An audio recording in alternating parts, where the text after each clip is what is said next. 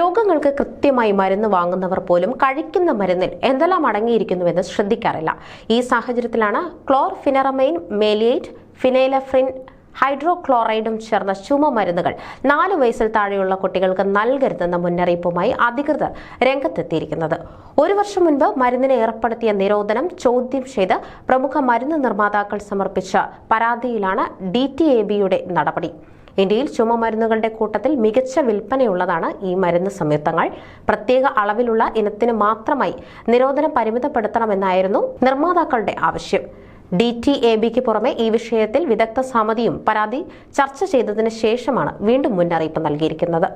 മരുന്നിന്റെ കവറിനു മുകളിൽ 4 വയസ്സിൽ താഴെയുള്ള കുട്ടികളിൽ ഉപയോഗിക്കരുതെന്ന മുന്നറിയിപ്പ് പതിക്കണമെന്നും നിർദ്ദേശിച്ചിട്ടുണ്ട്. ഈ മുന്നറിയിപ്പ് കവറിനുള്ളിലെ ലഘുലേഖയിലും നിർബന്ധമാക്കിയിട്ടുണ്ട്.